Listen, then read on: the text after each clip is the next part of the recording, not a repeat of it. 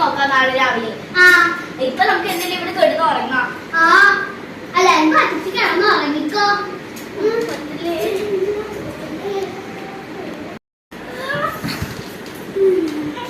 അയ്യോ ആ പ്രേതം, നിനക്ക് ആ പ്രേതത്തിനെ ഒഴിപ്പിക്കാനുള്ള ആരെങ്കിലും അറിയോടി? ഞാൻ ആലോചിച്ചു, എനിക്കറിയില്ല. എടി ഒന്നും കൂടി നീ ആലോചിച്ചു പ്ലീസ്. എനിക്കൊരു ചേച്ചീനെ വരാം.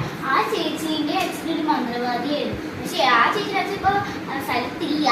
പക്ഷേ ആ ചേച്ചിയുടെ അച്ഛൻ ആ ചേച്ചിക്ക് കുറച്ച് മന്ത്രവാദങ്ങളൊക്കെ പഠിച്ചു വെക്കുന്നുണ്ട്. നമുക്ക് ആ ചേച്ചിയെ കാണാൻ പോയാലെന്നാ? ഒട്ടും സമയം പഠിപ്പിക്കണ്ട, ഇപ്പൊ തന്നെ എല്ലാവരും റെഡിയാവും. പോക്കോ.